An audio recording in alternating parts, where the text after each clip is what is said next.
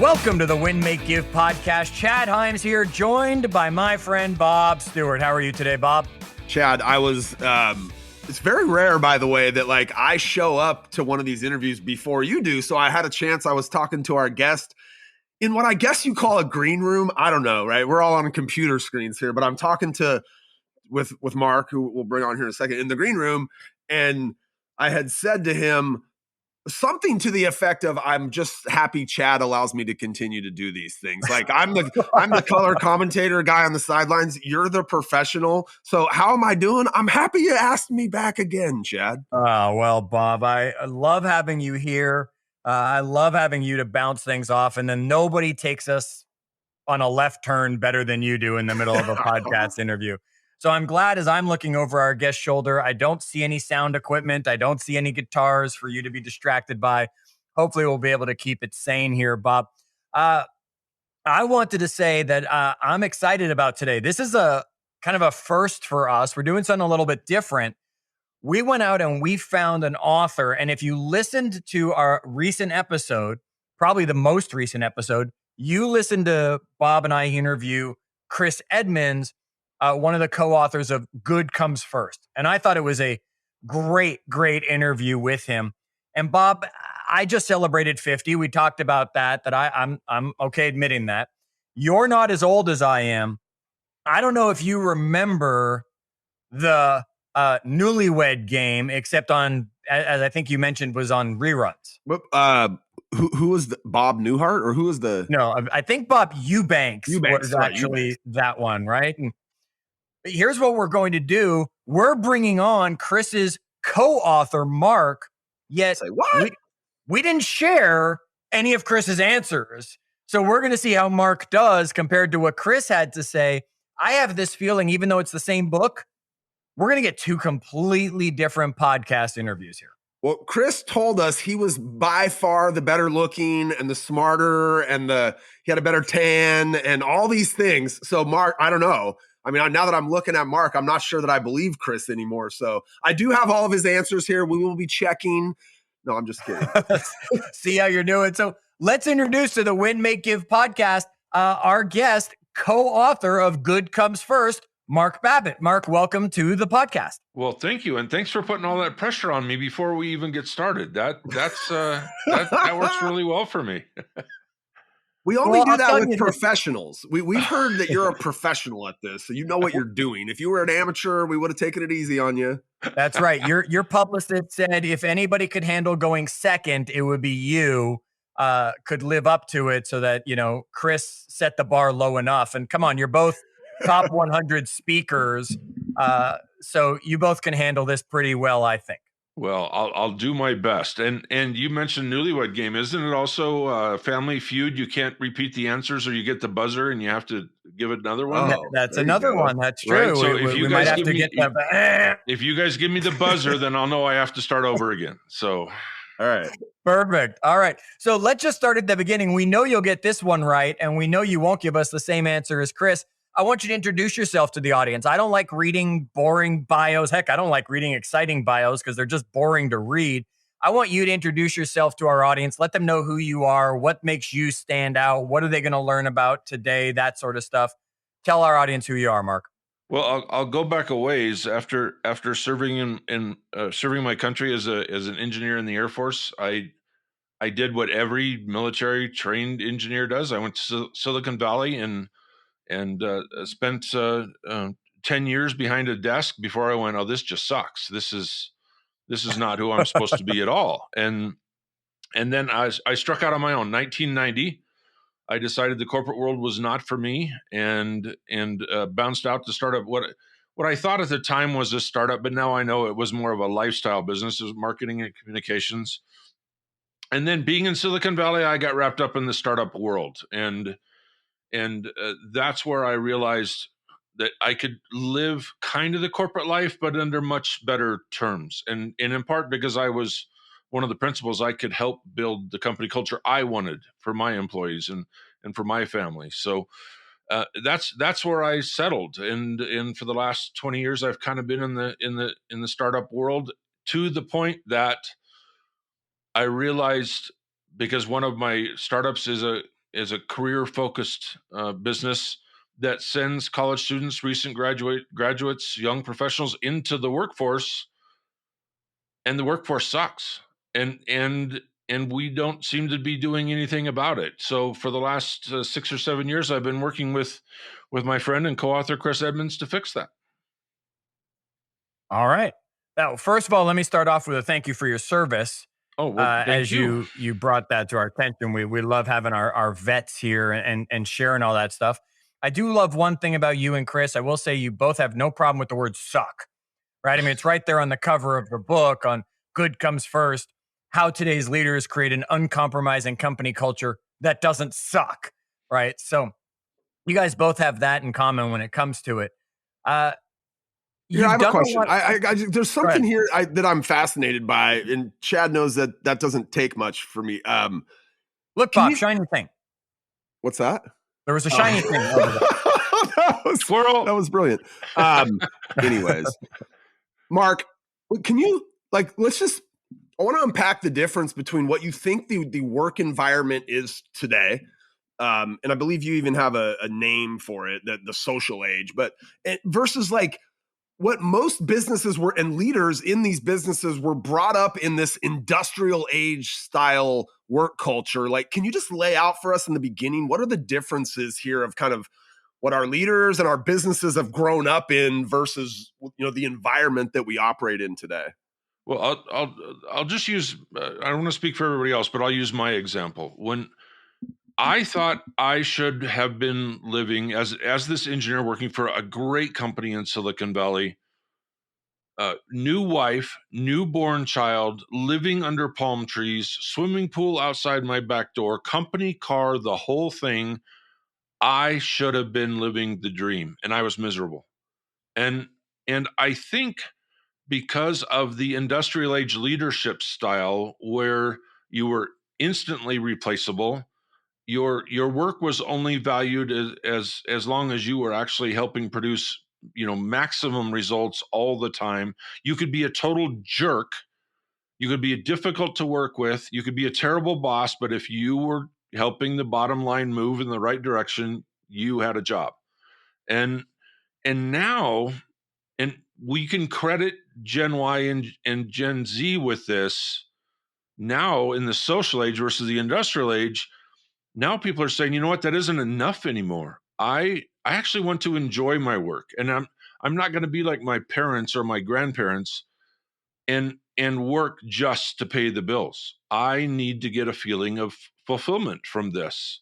And I think that's what's changed. And I'll take it a step further. That's why over 24 million people in the US have left their jobs in the last 6 months, because the pandemic gave everybody a chance to reflect and to think about what they wanted out of life and what they were doing. That industrial age model, not working for anybody. It never has. We just didn't know any better. Let's keep going on that. I'm going to jump back to the startup thing. So remind me, I want to go back to that because so many of our listeners are entrepreneurs, and there's got to be so many lessons from the startup world you can share that we know are things Chris won't have talked about either. Yet, Bob, I'm guessing you're Gen X as I am, correct? Yeah. Yeah. Okay. So, Mark, I believe us Gen Xers are screwed, right? Because the baby boomers are the ones who have that old school mentality you're talking about, that industrial, that mindset of how, earn the watch, you can be a jerk as long as the bottom line succeeds, right? And now we've got the Gen Y and the Gen Z people who, no, I want to like my job. I want to feel like we're contributing to something in value. We are the ones who are kind of stuck in the middle that have to make that transition from the baby boomer leadership style into the Y and Z style. And I know a bunch of our listeners are going to qualify as Gen X. Talk to the Gen Xer and say, help, what do we do so that we're not the jerks that the baby boomer leadership left behind, yet we can help these people? Or Chad, have Mark talk to the baby boomers that are still in the workforce that don't want to be a jerk anymore. Right? Yeah, them too, obviously. They still could come around. Well, that's easy, because that's exactly why we wrote Good Comes First. We wrote this book knowing that we were mostly talking to older white males, because that's who makes up the vast majority of leadership circles and has for decades now. We knew we were going to piss them off a little bit. We even coined a phrase in the book called boomer male syndrome, BMS, that would help people understand their leadership style is not exactly inspiring. And I almost cussed there and then I stopped. So, Oh, it's okay. We do it all the time. oh, okay, good. That's good to know. So when we talk to these boomer males about their leadership style, one of the things we say is you don't have to be a boomer and you don't have to be white and you don't have to be male to do this. And here's why. And this is where Gen X comes in. This gets back to your question. Gen X for years has thought that they had to act and think and look just like their boomer mentors, predecessors, professors, bosses to fit into those leadership circles, and not just white males, but everybody. We had a female tell us a story, black female tell us a story. She's sitting in a boardroom and she got insulted because of the way she was being talked to.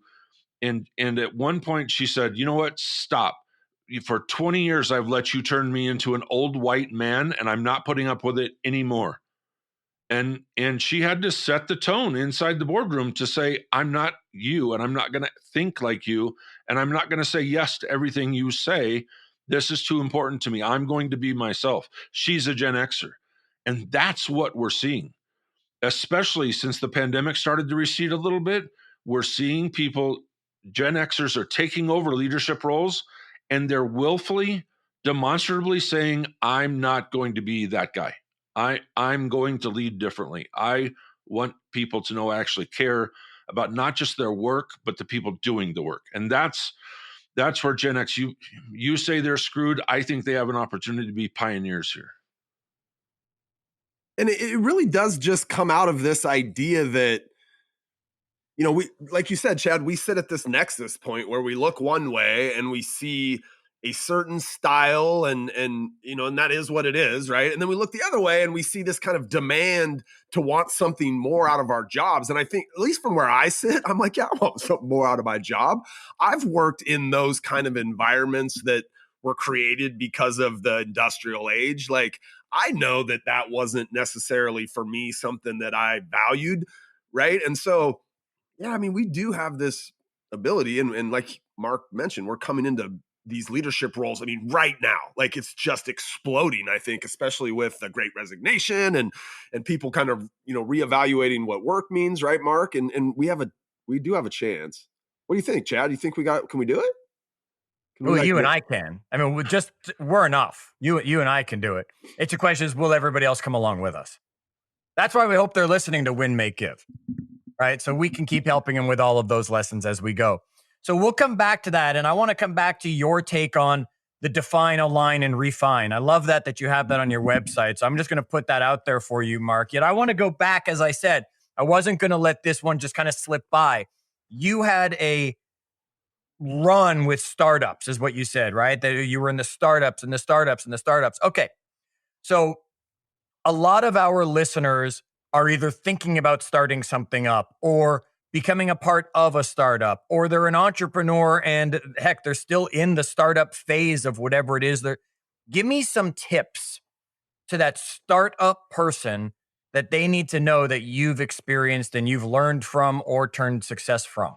Well, one of them is a cornerstone within Good Comes First, and it's, we must, as startup people, as someone who wants to do something other than just make money, we have to define and live our servant purpose. And people say, "Well, I don't even know what that means." We've heard of servant leadership, but what's a servant purpose? Servant purpose is simple. How are you making the lives of your employees, your customers, and your community better?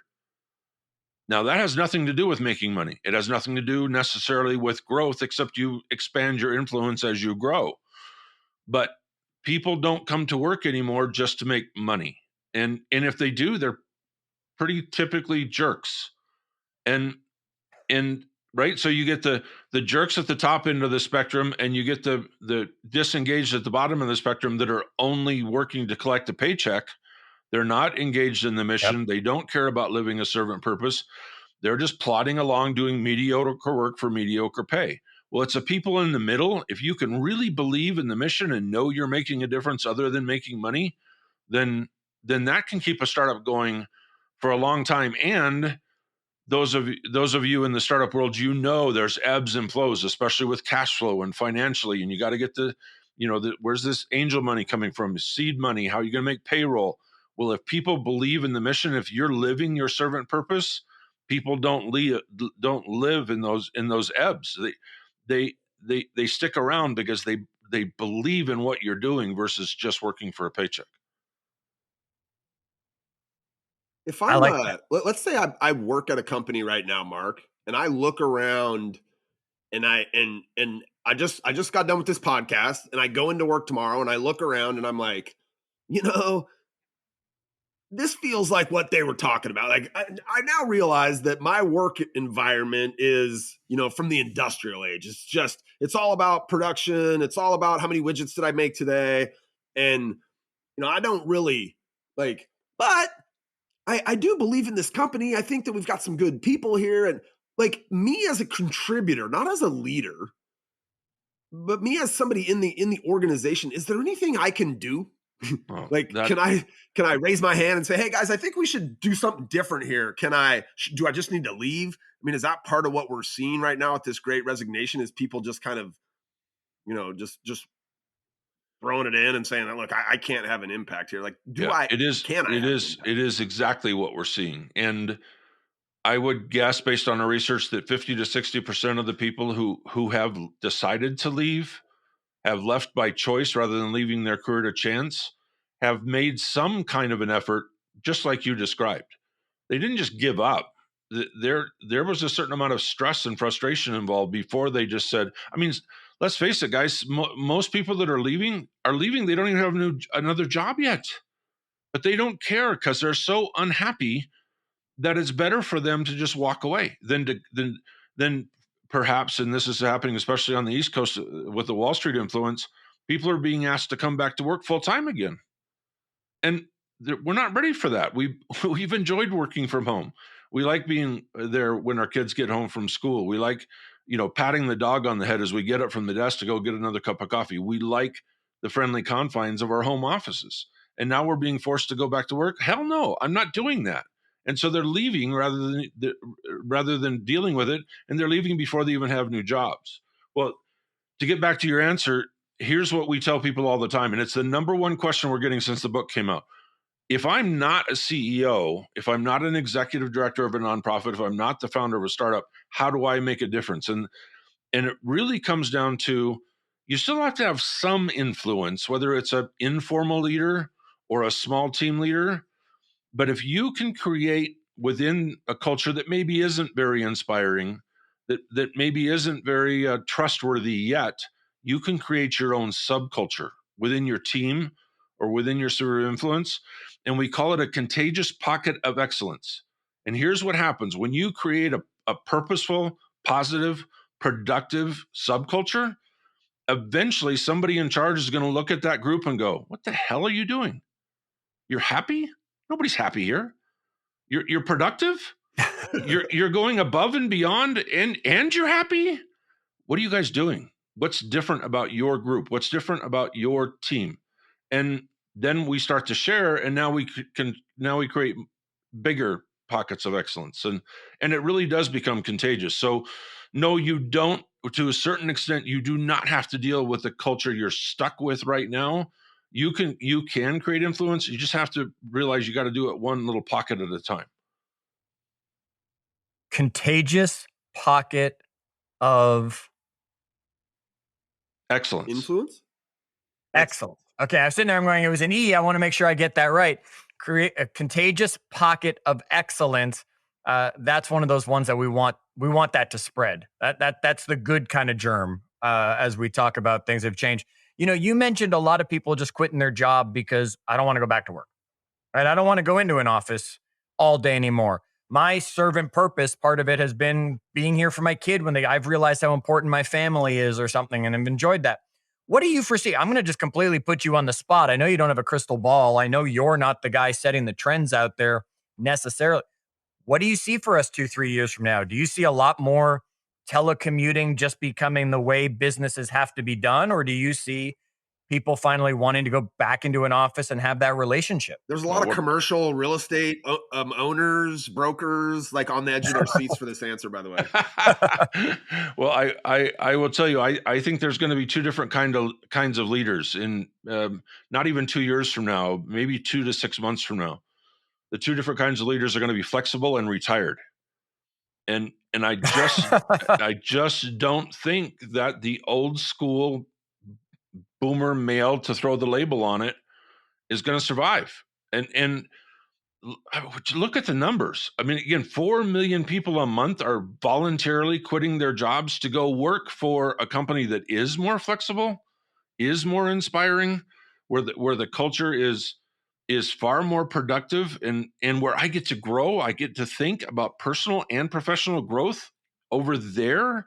Well, I'm not going to stay here, right? And pretty soon those leaders, especially in bigger companies, the board of directors is going to look at that leader and go, hello, 35% attrition rate, and we're supposed to be in a recovery period. You're doing something wrong, dude. This is not working for us anymore. You're out of here. And it'll take a while for it to swell up to that. But if 4 million people a month started leaving work 6 months ago, and it takes 6 to 9 months for leadership to necessarily change, that market conditions leave them no choice, well, we're there right now, and leaders must change. You know what? I can't shake out of my brain right now, only because it's in our kind of industry that we kind of have our day jobs in. I can't, Mark. Do you see what happened with Better Mortgage? That the CEO firing the 700 people over a Zoom and all that. 900, like when you and listen to the it was 900, cringeworthy. Yes. cringeworthy, right? And that's like that action was like industrial age. You're not producing enough. You're like the bottom line, the widgets aren't going out the door at the pace we need them to. Like, I just can't even imagine what their glass door is. That what, or glass door, right? Is where we review companies. Yeah, I can't imagine what rating, theirs right. looks like today.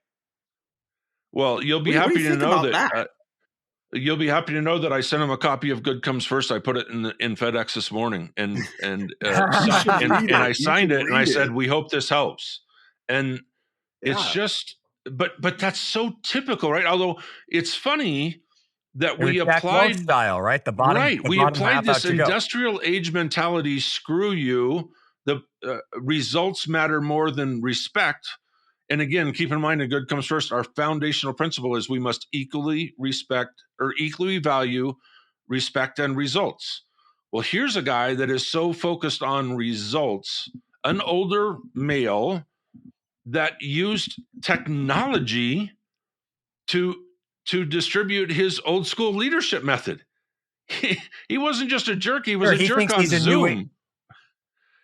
Well, he thinks he's a new age leader now because he used technology to do it. No. See, but that's ridiculous. Well, I got on camera and I said I cried last time. I was going to try and be stronger this time, so that makes me cool. No, you're an idiot, and you not only ruined the Christmas for 900 families, you literally made a fool of yourself. And it's just, I don't know. We could talk about that guy, that situation, the whole podcast, and I'd never stop. But what a jerk.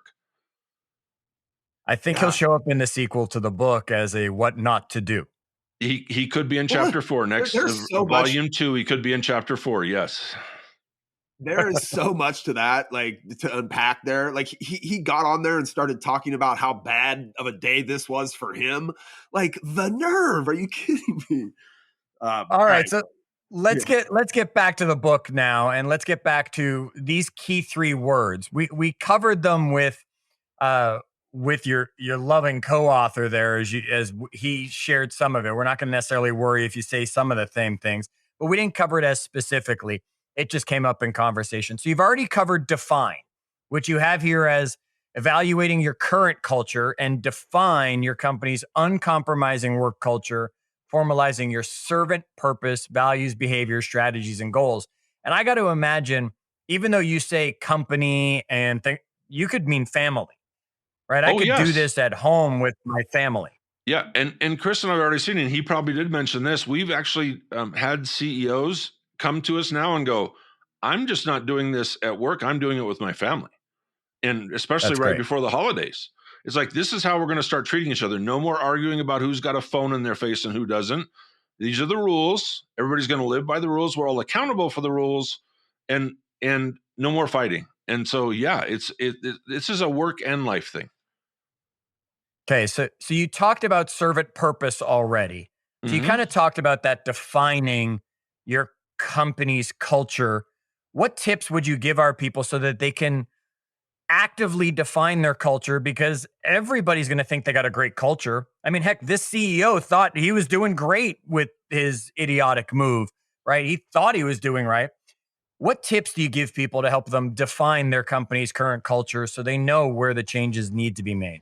Well, the first step, and I know Chris said this, is to prepare 3 to 5, let's call them core values that I will not compromise on. As a leader, I will model these values.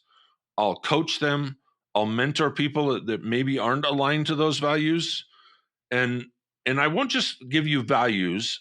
I will give you 3 to 5, and I hope you help me create those 3 to 5 behaviors that would show if I'm demonstrating those values or not, if I'm living those values. So, for instance, if one of your values is, and this is one of my favorites, is actually from a client that was a culture filled with gossip and back channel communications and pre-meeting meetings and post-meeting meetings, and nobody was actually talking. If somebody had a problem with another person or another department, it was all this back channel stuff, right? So they declared a value that was talk to me first, speak to me first, right? Well, how do you measure that? Well, it's really simple. We ask the people who work with you and for you, does Mark speak to the person in conflict first?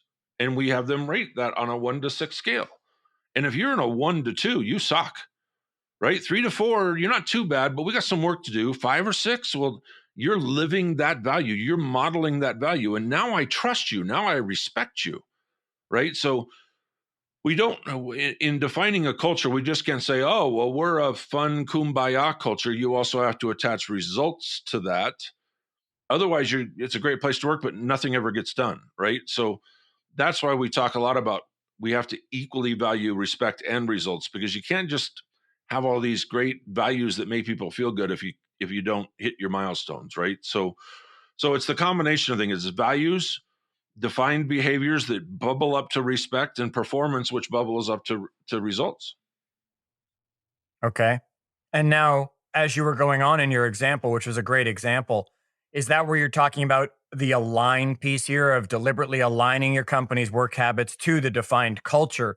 Is that where you're having people evaluate each other? Is that where you're saying, hey, what are the habits we need to create that show that we live by these values? Well, that's it exactly. And alignment is a non-judgmental portion of this process, because people learn behaviors, and and frankly, company cultures are built upon the behaviors, the positive behaviors that are rewarded, and they're destroyed in part, or at least become more toxic, by the behaviors that have been tolerated, the negative behaviors that have been tolerated. So let's just say you have a sales guy, and he's top marks, he's 140% of quota every single quarter, but he's just miserable to work with. He's demeaning. The sexual innuendo is nonstop. He does not treat female employees or people of color like he does his white brothers, right? This is a toxic individual, but he's a top performer, so we're not going to get rid of him. No, he's misaligned. And and up until now, we're not going to judge that, because that's the way it's been here. But now we have these values and we have these behaviors, and we are going to value respect as much as results. And you have to be both a high performer and you have to be a high values match. And if you're not, we got to work on that. And finally, to go from define to refine, if you can't make that leap, you can't be here anymore, because this is our company culture and we will not tolerate these demeaning behaviors. You need to go somewhere else to be successful. What's interesting, Mark, and what my brain immediately goes to is like a PIP, a performance improvement, right? Like my wife is in sales, and so her entire career, it's about like, if you get off track, they give you a PIP. And so, like, do you envision some kind of a more formalized, because what's going to end up happening is somebody's going to sue because they get let go because they don't match the values of the company, right? And now HR is going to have to step in, and it's going to be this like, okay, well, if they don't match our values, we got to put them on a PIP so that they can have a chance to try to align with the values. Like, do you envision that kind of thing developing in our corporate structures? Well, we are worried, and we mentioned this in the book, that too many HR teams will go that way. And for the record, Chris and I both see PIPs and annual performance evaluations in the same archaic category. They are terrible. They're terrible for every aspect of the business. The kind of a CYA thing that never worked. I mean, even when they were at their most popular, it was always this stressful annual feedback mechanism. Well, wait a minute. If we have a problem, if somebody's misaligned, I'm gonna switch now from manager to mentor, and you and I are gonna sit down and talk about this right now, because you just said something to one of our valued female employees that's not okay. It's not okay anymore, and we've told you that. You've agreed to the values that we established. You might have even helped create them, and that's not okay anymore. We're talking about this right now. And so it's not an HR thing. Matter of fact, we in the book, we say you cannot delegate this to HR. This is a human to human aspect of company culture. And if you tolerate that behavior, then now, I'll use this example. Now the female employee goes, oh, so I'm not respected. So you talk about, we're going to equally value respect and results, but you don't live that. So now I disrespect you. I disrespect the process. I know you're just giving the lip service, and I'm going to be the 24 millionth and one person to leave my job and go find somebody who actually cares about me as a person, cares about my growth, cares about my psychological safety. I feel like, yep. Chad, in some ways, I feel very fortunate that, our company is not, Ben's always had it. We've said it a little bit different around here for years. It's love and results is what we call it. There's this scale of love and results, Mark, where it's like you and basically, like, you could get a lot of results, but if I would not invite you over to my house on a Friday night to watch the football game, like, or whatever it is, right? Whatever that thing is, we're not inviting that person out to the holiday party, or we're not, then we don't want to work with you. Like, why would you want that toxicity in your world? And so I feel very fortunate that look, we're not perfect, but I do feel fortunate that we have taken this approach for a long time. Yeah, Bob, it's interesting you mentioned that, because I think the example Ben often gives, if I wouldn't have you around my Thanksgiving table, right? It doesn't matter what the results are you're bringing me. There's a misalignment in there. And I just want to put that out clearly. I invited Ben to join me around my Thanksgiving table, and yet again, he did not show up. Well, so I don't know how I should take that, right? I mean, I don't know if I should think that I'm going down on this scale or something. You might be on the bad side of the love. Yeah, I guess. Maybe I'm not loved as much, Ben Kinney. Ahem, ahem, if you're listening to this episode. All right. So, Mark, you've taken us through define, align, and refine, making sure that we're creating it. Give us the thing that you really want to share, whether it made the book, didn't make the book, whatever. Corporate culture. Give us that one lasting smack across the head. This is what you need to know to make sure, no matter whether it's your family, whether it's your company, whether you're the boss, whether you just have some influence there, whatever. What's the thing we need to do to take ownership and responsibility to help cultures improve in our organization? Well, I'll give you two things, and I'll try to make it quick. One, we have to be willing to unlearn what we think we know. And we've had 50, 60, 70 years of industrial age leadership philosophy pounded into our heads and into our hearts in some point. We don't know any other way to lead. So we're not enabling, we're not vulnerable, we're not especially us older white guys, we're not afraid. We're afraid to show we actually care about the people that work for us, that help us drive our mission. And we've got to change that. And the answer is really simple. Look at the leaders all around you that aren't older white males. Look at the female leaders that are thriving right now. Look at the people of color leaders who are saying, "Oh my God, I made it. Now I'm a role model. Now I'm living not just for myself, but for everybody like me. And I get to prove to them that it's possible." Right? They're not having these struggles. They're living their best life right now. So that's number one, and it leads right into number two. If you want to show the world that you're going to equally value respect and results, you must be willing to stop promoting and hiring people who look, think, and act like you. You must invite that diversity into your company, into your organization, and perhaps even into your family, where people know they can come here and just be themselves. And yes, they can be different, but they still must be absolutely wholly aligned to the values and behaviors we've established. Or we have to, and this is Chris's phrase, we have to lovingly set them free. They can't be here. And the rules apply to work and life and families. It's all kind of the same thing.